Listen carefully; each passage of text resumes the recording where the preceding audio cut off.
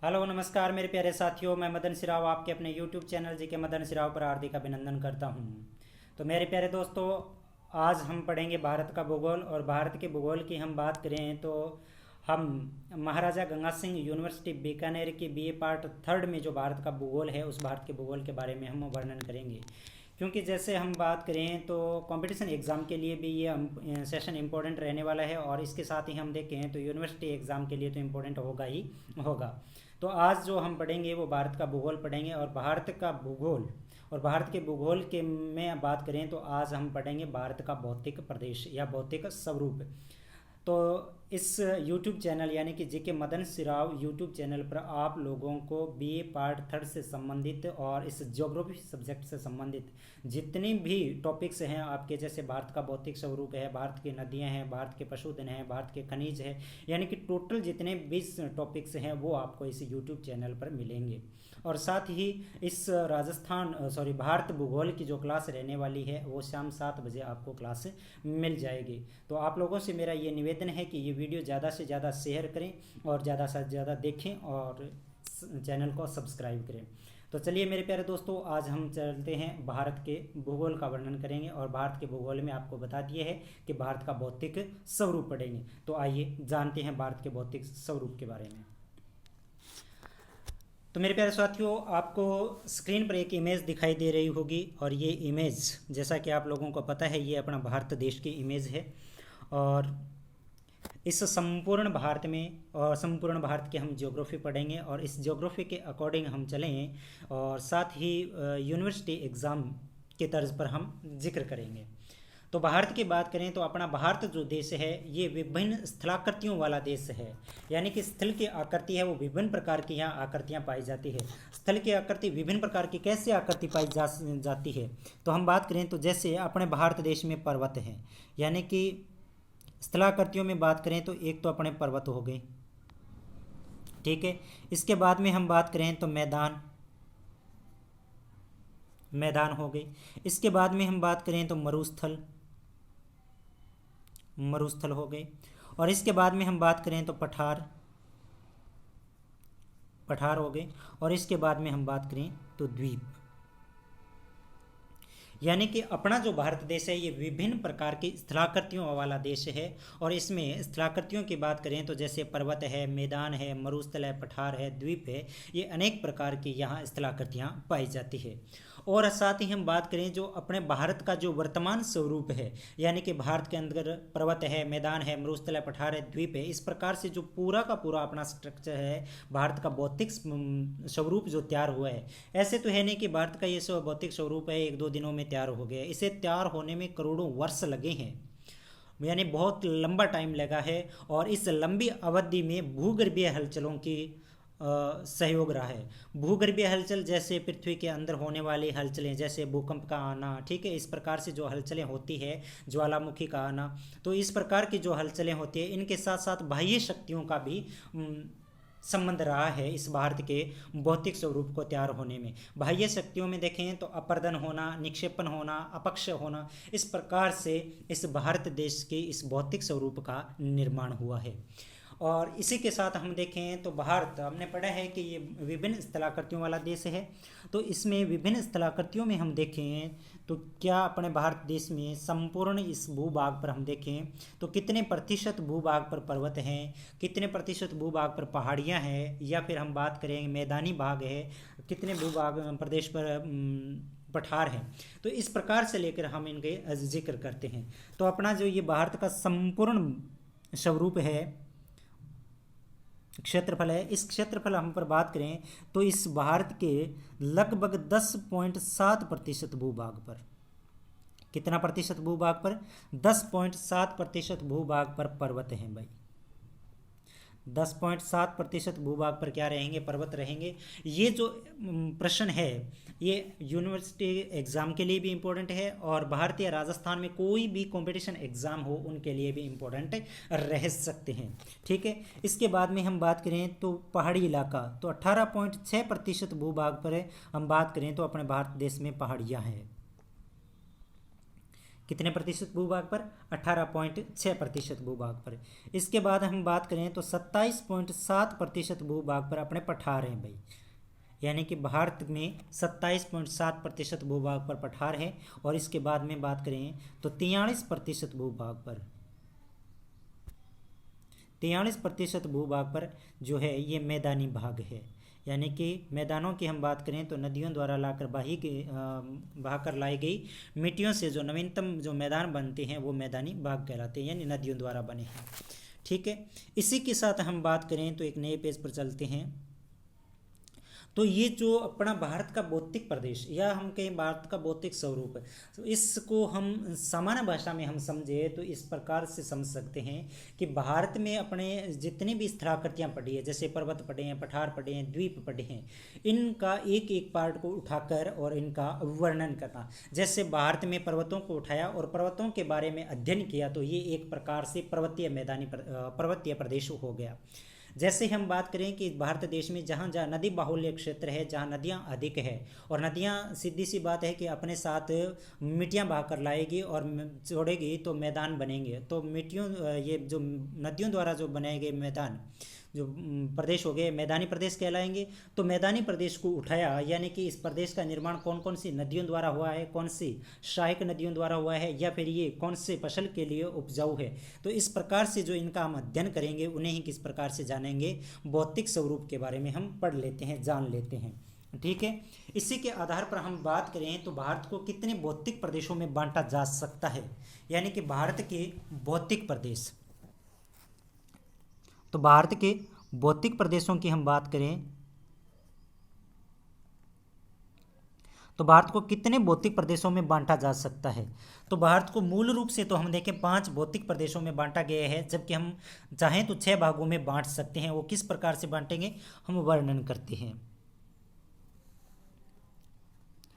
मूल रूप से देखें तो कितने भागों में विभाजित कर सकते हैं, 5 भागों में विभाजित कर सकते हैं। और 5 भागों में बात करें तो 1 नंबर जो अपना पार्ट रहेगा वो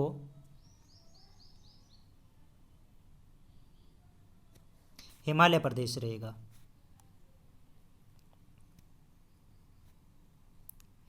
यानी कि एक भौतिक प्रदेश उठाया, वो कौन सा है, हिमालय। यानी हिमालय के बारे में जितना भी वर्णन करेंगे वो हिमालय पर्वतीय प्रदेश हो गया। ठीक है, तो 1 नंबर।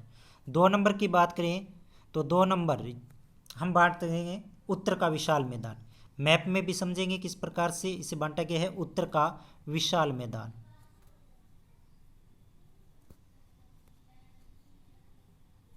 उत्तर का विशाल मैदान। 3 नंबर की हम बात करें तो प्रायद्वीप भारत।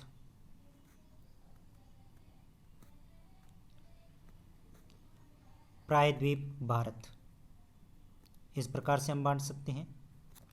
आगे हम बात करें तो तटीय प्रदेश,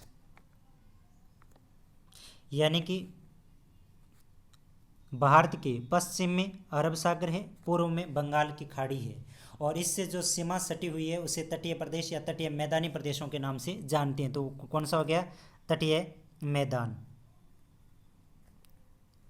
और 5 नंबर की हम बात करें तो भारत के पश्चिम में हमने पढ़ा कि अरब सागर है और पूर्व में पढ़ा कि बंगाल की खाड़ी है। इनमें जो स्थित द्वीप है तो इसे किस प्रकार से पढ़ लेंगे, द्वीपीय प्रदेश के नाम से पढ़ लेंगे। और चाहें तो भारत के राजस्थान में, गुजरात में, पंजाब में यहाँ एक मरुस्थल है, जैसे सीमावर्ती देश पाकिस्तान में भी है। और इसकी बात करें तो ये थार मरुस्थल हम पढ़ते आए हैं, थार मरुस्थल। तो चाहें तो हम एक प्रदेश ये भी बांट सकते हैं कि थार मरुस्थल। ठीक है, तो भारत के भौतिक प्रदेशों की हम बात करें तो भारत को कितने भौतिक प्रदेशों में बांटा गया है, मूल रूप से 5 भौतिक प्रदेशों में बांटा गया है। कौन कौन सी, हिमालय हो जाएगा, यानी कि हिमालय पर्वत हो जाएगा। इसके बाद में हम पढ़े तो उत्तर का विशाल मैदान हो जाएगा, उत्तर का विशाल मैदान हो जाएगा। इसके बाद में हम देखें तो प्रायद्वीप भारत हो जाएगा।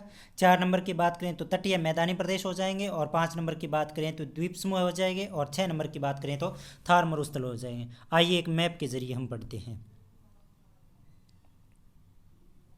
मैप में हम जिक्र करें तो ये आपको भारत देश दिखाई दे रहा होगा, ये जो भारत देश का नक्शा है आपको दिखाई दे रहा होगा। तो इस भारत में हम बात करें तो ये जो इलाका है यानी कि जम्मू कश्मीर है, थोड़ा सा क्षेत्र पंजाब का है ये, और इसके बाद में ये पूर्वी भारत आ गया। ये वाला जो प्रदेश है, ये प्रदेश यहाँ है हिमालय पर्वत।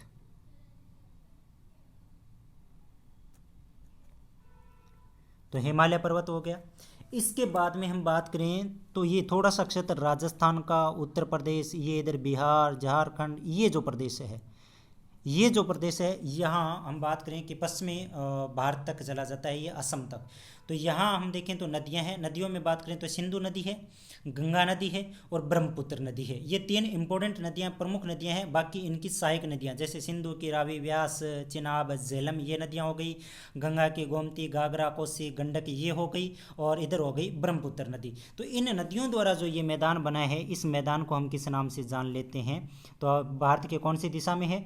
उत्तर दिशा में स्थित है, और उत्तर दिशा में स्थित होने की वजह से इसे उत्तर का विशाल मैदान कह देंगे। उत्तर का विशाल मैदान, ठीक है। इसके बाद में बात करें तो प्रायद्वीप भारत, ये जो अपना भारत है, ये जो भारत है, ये भारत किस नाम से जाना जाता है? प्रायद्वीप भारत के नाम से जाना जाता है। अच्छा, प्रायद्वीप क्या है? कई बार एग्जाम में पूछा जाता है प्रायद्वीप क्या है, अंतरीप क्या है। तो ये शायद पीछे यूनिवर्सिटी एग्जाम में पूछा भी गया है BA 3rd में। प्रायद्वीप की बात करें तो स्थल का वह भाग, देखो ये अपना भारत है, और भारत का, या फिर हम बात करें कि स्थल का वह भाग जिसके 3 ओर जलो, ये इधर बंगाल की खाड़ी, इधर अरब सागर, इधर हिंद महासागर। तो भारत के ये 3 ओर पानी है। तो यानी कि स्थल का वह भाग जिसके 3 ओर पानी हो, तो ऐसे भूभाग को किस नाम से जाना जाता है?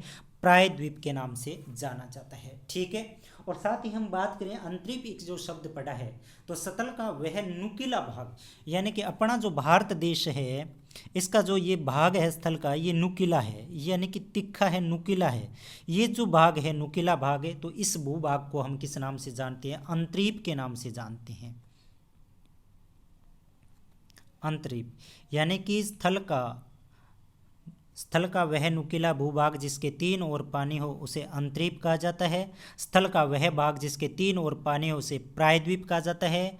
और स्थल का वह भाग जिसके चारों ओर पानी हो, उसे द्वीप कहा जाता है, ठीक है।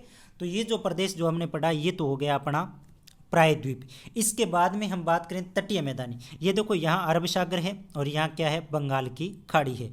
तो यहाँ गुजरात से लेकर और यहाँ उड़ीसा तक, गुजरात से उड़ीसा तक, यानी कि ये जो अपने भारत देश की है, ये तटीय सीमा है। टोटल इस तटीय सीमा की बात करें तो टोटल ये 6100 किलोमीटर है, यानी स्थल की है ये। इसके अंदर अंडमान निकोबार द्वीप समूह की नहीं है, वरना तो ये 7500 के लगभग चली जाती है, 7516 किलोमीटर है, ठीक है। जबकि ये जो अपना भाग है, इस भाग को हम किस नाम से जानते हैं? तटीय मैदानी प्रदेश के नाम से जानते हैं, ठीक है। इसके बाद में हम देखें तो अरब सागर, यानी कि ये अपना कौन सा प्रदेश हो गया? अरब सागर। और इधर ये बात करें तो हम क्या हो गया? बंगाल की खाड़ी हो गई। तो इस बंगाल की खाड़ी में ये द्वीप है, और इधर अरब सागर में ये द्वीप है। तो ये जो द्वीप है, ये कौन सा द्वीप है? लक्षद्वीप है। और इधर जो द्वीप है, ये कौन सा है? अंडमान निकोबार द्वीप है। तो इन द्वीपों को हम अलग से पढ़ेंगे, और अलग से एक पार्ट बना दिया, और इस पार्ट को किस नाम से जानेंगे? भौतिक प्रदेश के नाम से जानेंगे। और कौन सा भौतिक प्रदेश? द्वीपीय भौतिक प्रदेश के नाम से जानेंगे, ठीक। उसी प्रकार से ये राजस्थान, पंजाब और इससे पाकिस्तान वाले इलाके में, यहाँ अपने राजस्थान में मरुस्थल है। और इस मरुस्थल की बात करें तो इसे भी एक नए भौतिक रूप में पढ़ सकते हैं, और इसका नाम क्या दे देंगे हम? थार मरुस्थल। तो इस प्रकार से अपने भारत देश को 5 भौतिक, मुख्य रूप से 5 भौतिक प्रदेशों में, अन्यथा हम 6 भौतिक प्रदेशों में विभाजित किया गया है, ठीक है। और सबसे पहले जो आज का जो सेशन रहने वाला है, ये तो अपने सामान्य जानकारियां ली थी, और अब जो हम पढ़ेंगे ये भारत के भौतिक प्रदेशों में सबसे पहले हम बात करेंगे हिमालय प्रदेश की। यानी कि हमने पढ़ा हिमालय यानी कि भारत के कितने भौतिक प्रदेशों में? 5 में। और 5 में हम बात करें तो एक जो अपना प्रदेश है वो प्रदेश को उठाएंगे और अपना प्रथम जो भौतिक प्रदेश रहेगा वो कौन सा रहेगा? हिमालय रहेगा। तो हेडिंग डालेंगे और लिखेंगे हम क्या? हिमालय पर्वतीय प्रदेश। क्या लिखेंगे हम?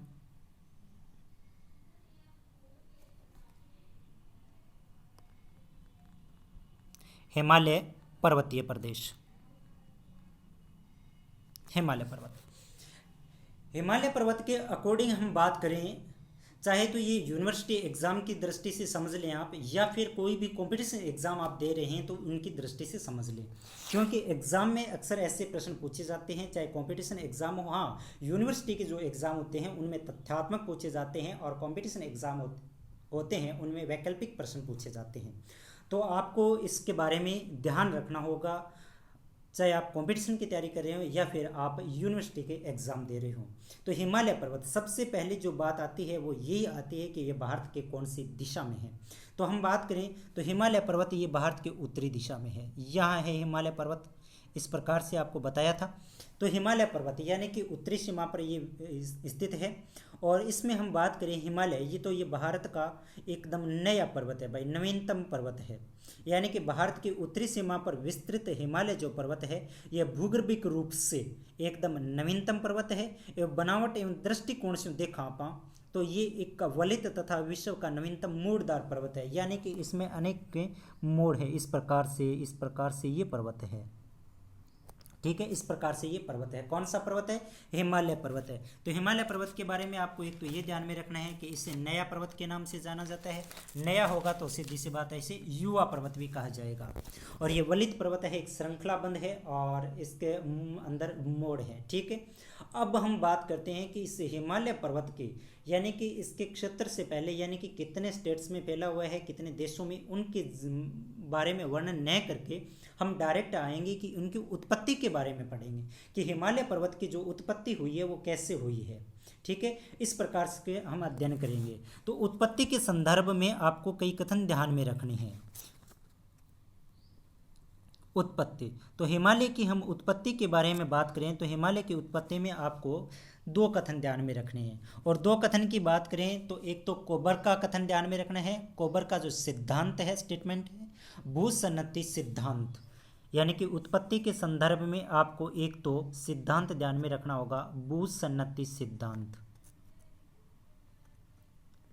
भूसन्नति सिद्धांत,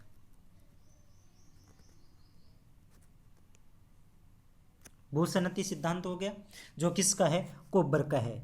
यानी कि कोबर ने एक सिद्धांत दिया था और उस सिद्धांत का नाम क्या है? भूसन्नति सिद्धांत है। इसके बाद में बात करें तो अमेरिका के एक वैज्ञानिक हुए हैं जिनका नाम है हैरी हेंस।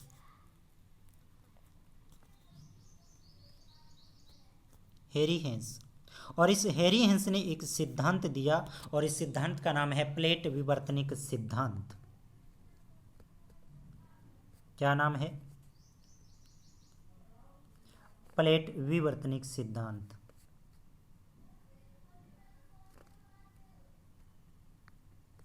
प्लेट विवर्तनिकी सिद्धांत, ये इन्होंने ये 2 सिद्धांत दिए हैं। इनमें सर्वमान्य बात करें तो सिद्धांत जो रहेगा वो हैरी हेंस का सिद्धांत रहेगा। कौन सा? प्लेट विवर्तनिक सिद्धांत। ठीक है, तो देखते हैं कि इसके बारे में कि क्या विशेषताएं हैं इनकी और दोनों सिद्धांतों में क्या अंतर है। तो इन दोनों सिद्धांतों में हम बात करें कि इसमें अंतर क्या है। तो हैरी हेंस जो अमेरिका के वैज्ञानिक हैं उन्होंने प्लेट विवर्तनिक की सिद्धांत दिया है। इस सिद्धांत के अकॉर्डिंग हम बात करें तो इन्होंने ये बताया है कि भारत यानी कि 2 प्लेटें आपस में टकराई है। और 2 प्लेटों की हम बात करें कि अपने पहले भी पढ़ा है, और बी पार्ट फर्स्ट में हम पृथ्वी की आंतरिक संरचना या पृथ्वी की उत्पत्ति के बारे में हम वर्णन करेंगे तो वहाँ भी पढ़ेंगे। तो 2 प्लेटों का आपस में क्या हुआ? टकराव हुआ। और 2 प्लेटों की बात करें तो एक भारतीय प्लेट है और दूसरी बात करें तो यूरेशियन प्लेट है। इन दोनों प्लेटों के मध्य आपस में टकराव हुआ और टकराव होने से जो भाग ऊपर उठा वो भाग किस नाम से जाना गया? इस हिमालय पर्वत के नाम से जाना गया। ये जो स्टेटमेंट है, ये जो कथन है, ये किसका है? ये है हैरी हेंस का। ठीक है, अब इसके बारे में और बात करें तो कोबर क्या कह रहे हैं। कोबर ने जो सिद्धांत दिया था वो दिया था भूसन्नति सिद्धांत। भूसन्नति सिद्धांत के बारे में हम बात करें तो कोबर ये कहता है कि यानी कि आज से लगभग 7 करोड़ वर्ष पुरानी बात है। और उसमें बात करें तो आज जो अब अपना हिमालय पर्वत है, और इस हिमालय पर्वत के स्थान पर कभी टेथिस सागर हुआ करता था, जो आपने पढ़ा भी होगा कि इस पृथ्वी के उत्पत्ति के संदर्भ में भी, या फिर अपने राजस्थान में या फिर भारत में जो भी पढ़ा है, ठीक है, उसमें पढ़ा है कि कौन सा टेथिस सागर का अवशेष है, कौन गोंडवाना लैंड का है या अंगारा लैंड का है, इस प्रकार से हमने पढ़ा भी है। तो इस भूसन्नति सिद्धांत में हम बात करें तो आज से लगभग 7 करोड़ वर्ष पुरानी बात बताई जा रही है। किसके अकॉर्डिंग? इस कोबर ने जो सिद्धांत दिया था भूसन्नति सिद्धांत, जो आज हिमालय, इस हिमालय की जगह कभी टेथिस सागर हुआ करता था। और ये टेथिस सागर है, ये जो टेथिस सागर है, ये टेथिस सागर अपनी पृथ्वी के 2 भागों में विभाजित करता है। उत्तर की ओर देखें तो अंगारा लैंड और दक्षिण की ओर देखें तो गोंडवाना लैंड। और बीच का जो छिछला भाग है वो छिछला भाग किस नाम से जाना गया? टेथिस सागर के नाम से जाना गया। तो अंगारा लैंड और गोंडवाना लैंड के जो अवसाद थे, जो जमा मिट्टी थी, वो किस में धस गई? इस टेथिस सागर की जगह धस गई। और इसमें दिन प्रतिदिन यानी कि इनका जमाव बढ़ता गया, बढ़ता गया, बढ़ता गया, और अवसाद जमते गए। और एक समय ऐसा आया कि एक पर्वत का निर्माण हो गया। और वो पर्वत का जो निर्माण हुआ, वो पर्वत कौन सा हुआ? हिमालय पर्वत हुआ। ये तो सिद्धांत किसका है? कोबर का सिद्धांत है। और इसके बाद में दूसरी बात करें हम, हेरियस का सिद्धांत, उसने कौन सा दिया था? उसने प्लेट विवर्तनी की सिद्धांत दिया था। यानी कि सर्वमान्य जो सिद्धांत रहेगा वो हेरियस का रहेगा कि आपस में 2 प्लेटों का टकराव हुआ, और टकराव होने से जो अवसाद ऊपर उठे, उस अवसादों को जो निर्माण हुआ, वो किसका निर्माण हुआ? पर्वतों का निर्माण हुआ। आइए जानते हैं इसके बाद में, यानी कि कौन कौन से युग में हुआ, किस प्रकार से हुआ, चलिए देखते हैं। तो इसके बाद में तो ये अपने तो पढ़ लिया, ठीक है। और अब जो मूल रूप से हम देखते हैं तो ये इस प्रकार से अपने मान लेते हैं कि ये अपने एक पृथ्वी है, और ये बीच का जो भूभाग है, ये भूभाग किस नाम से जाना गया? टेथिस सागर के नाम से। ये टेथिस सागर है। ये ऊपर का जो भाग है, ये किस नाम से जाना गया? अंगारा लैंड के नाम से जाना गया। ये जो दक्षिण का भूभाग है, इसे किस नाम से जाना गया? गोंडवाना लैंड के नाम से जाना गया। जबकि इन दोनों में बात करें तो भूसन्नति सिद्धांत तो ये कहता है, भूसन्नति जो सिद्धांत जो किसने दिया था? कोबर ने दिया था। तो भूसन्नति सिद्धांत ये कहता है कि अंगारा को और गोंडवाना को जो अलग करने वाला भूभाग है, उसे किस नाम से जाना? टेथिस सागर। ये जो टेथिस सागर है, ये अलग हुए और इसके बीच में वलन पड़ा, यानी कि दरारें कह सकते हैं, वलन पड़े, और इसमें अवसाद आकर जमा होने लग गए। धीरे धीरे धीरे धीरे अवसादों का वलन बढ़ता गया और अवसाद जमा होते गए, और यहाँ हिमालय की काराकोरम श्रेणियों का निर्माण हुआ। ये ऐसा किसका मानना है? ये कोबर का मानना है कि प्राचीन समय में जहाँ टेथिस सागर था, आज वर्तमान में हिमालय है, ठीक है। तो यहाँ इस टेथिस सागर में हिमालय की कौन सी श्रेणी का निर्माण हुआ? तो काराकोरम, काराकोरम श्रेणी का निर्माण हुआ। ये तो मानना है कोबर का, ठीक है। जबकि हेरियस क्या कह रहा है? हेरियस की हम बात करें तो हेरियस कहता है कि आपस में 2 प्लेटों का क्या हुआ? आपस में टकराव हुआ, और टकराव होने से जो भाग ऊपर उठा, वो भाग किस नाम से जाना गया? वो पर्वत के नाम से। और पर्वतों में हम बात करें तो कौन से पर्वत का निर्माण हुआ? हिमालय पर्वत का निर्माण हुआ, ठीक है। और सबसे सर्वमान्य जो सिद्धांत भी रहेगा वो किसका रहेगा? इसी का रहेगा। और जबकि कोबर में हम बात करें, यानी कि कोबर के सिद्धांत के हमने पढ़ा था, तो कोबर के अकॉर्डिंग यानी कि टेथिस सागर की जगह आज वर्तमान में हिमालय है, वो कौन सा है? टेथिस सागर की जगह है। तो हम कह सकते हैं हिमालय की जन्मस्थली, या फिर हम बात करें हिमालय का गर्भगृह किसे कहा जाता है? तो टेथिस सागर को हिमालय की जन्मस्थली कहा जाता है। किसको कहा जाता है? टेथिस सागर को। टेथिस सागर को हिमालय की जन्मस्थली। तो इस बात का भी थोड़ा बहुत ध्यान रखिए। अब देखते हैं कि इस पर्वत निर्माण में हेरियस अपने काल सहित कुछ तथ्य दे रहा है।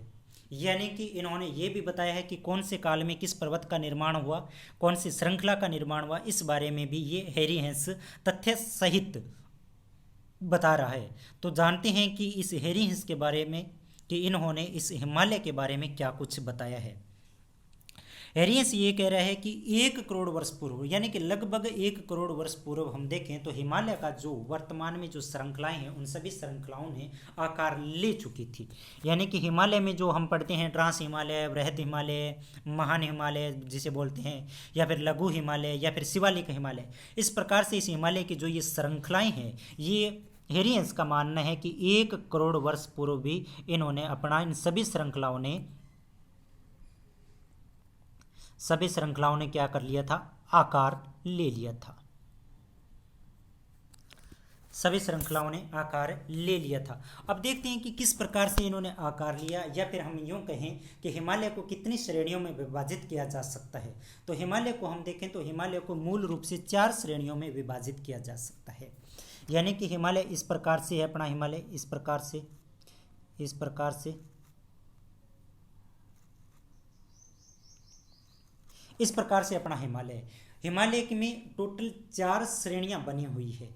यानी कि उत्तर की श्रेणी, फिर भी उसके बाद नीचे की श्रेणी, फिर नीचे की, फिर नीचे की, फिर नीचे की, इस प्रकार से ये जो श्रेणी है इसे शीर्ष श्रेणी भी कहा जाता है हिमालय की, और ये जो श्रेणी है इसे गिरी श्रेणी भी कहा जाता है, यानी कि हिमालय के चरण कहा जाता है। ठीक है, सीधी भाषा में हम बात करें तो हिमालय की इस प्रकार से ये 4 श्रेणियां बनती है, और इन चारों श्रेणियों का वर्णन जो किया है वो हैरी हिंस ने किया है। अमेरिका के भूवैज्ञानिक हैरी हिंस ने इसका वर्णन किया है। किस प्रकार से किया है, तो हैरी हिंस ने बताया है कि हिमालय की जो ये फर्स्ट जो श्रृंखला है, इस श्रृंखला का नाम हम ट्रांस हिमालय दे सकते हैं। इन्होंने क्या नाम दिया, इसका नाम दिया ट्रांस हिमालय। ट्रांस हिमालय, या फिर इसका क्षेत्र थोड़ा तिब्बत में है तो इसे तिब्बत हिमालय भी कहा गया, तिब्बत हिमालय।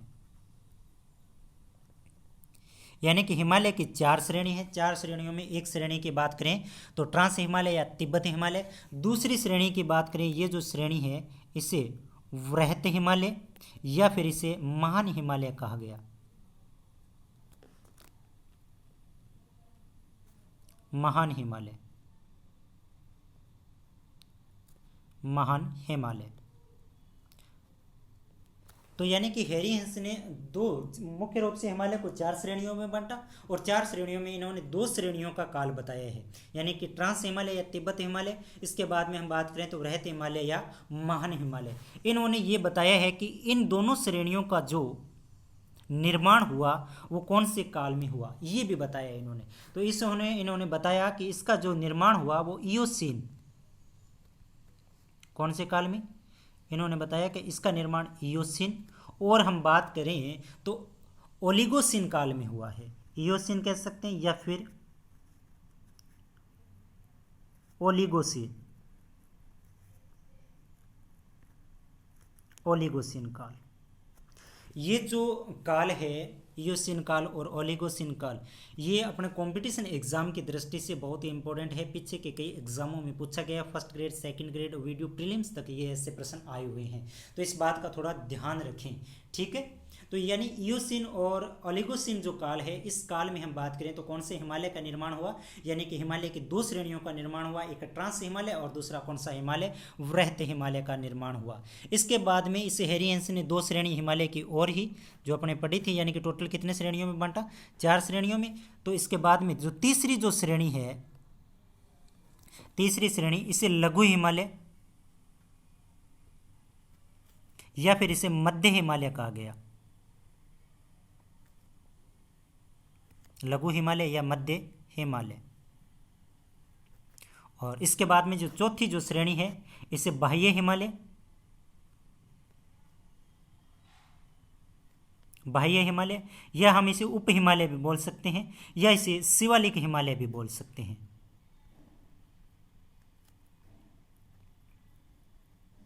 शिवालिक हिमालय।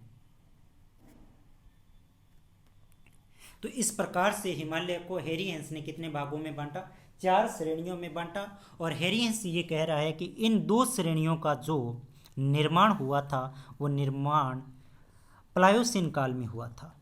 कौन से काल में,